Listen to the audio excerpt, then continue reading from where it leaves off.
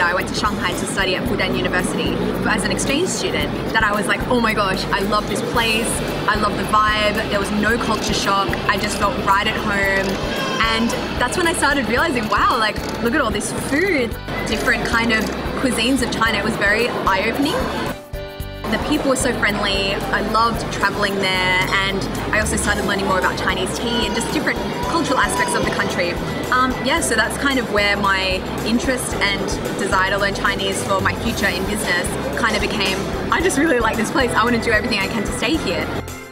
I went to Gansu province, I went to the corner of Sichuan province, like right on the border of Tibet, and I saw some of the most gorgeous, beautiful scenery I've seen in my life. So I was also really kind of surprised by the natural landscapes to be found there.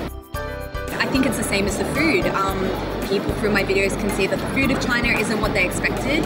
And if for someone who doesn't maybe have a lot of Chinese friends or isn't in a large Chinese community, they may not know what Chinese people are actually like. So I think it can be very easy to turn on the TV, watch the news and make assumptions about Chinese people based on, you know, things that are on the news. But I think that's very unfair. So I hope that through my videos people can see those stories and be more willing to go out of their comfort zone to experience all things China, not just the food, its people, but also its culture, and yeah, broaden horizons.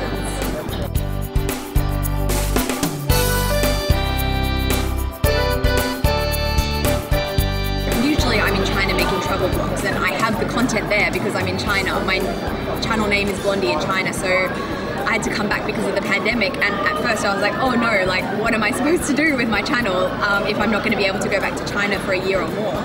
So luckily here in Sydney we have a lot of amazing Chinese restaurants, different kinds of Chinese restaurants, and so one day I was like, hey mom, dad, want to come and try some malatang with me? It's a famous Chinese dish where you kind of choose your ingredients and they cook it in this like sauce soupy thing. It's delicious.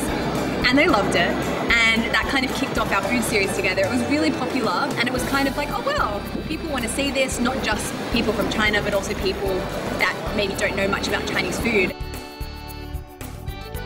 I hope that if they see someone that maybe looks like them, that communicates like them, eating something, they'll be more likely when they see it on the menu to try it for themselves and experience something new.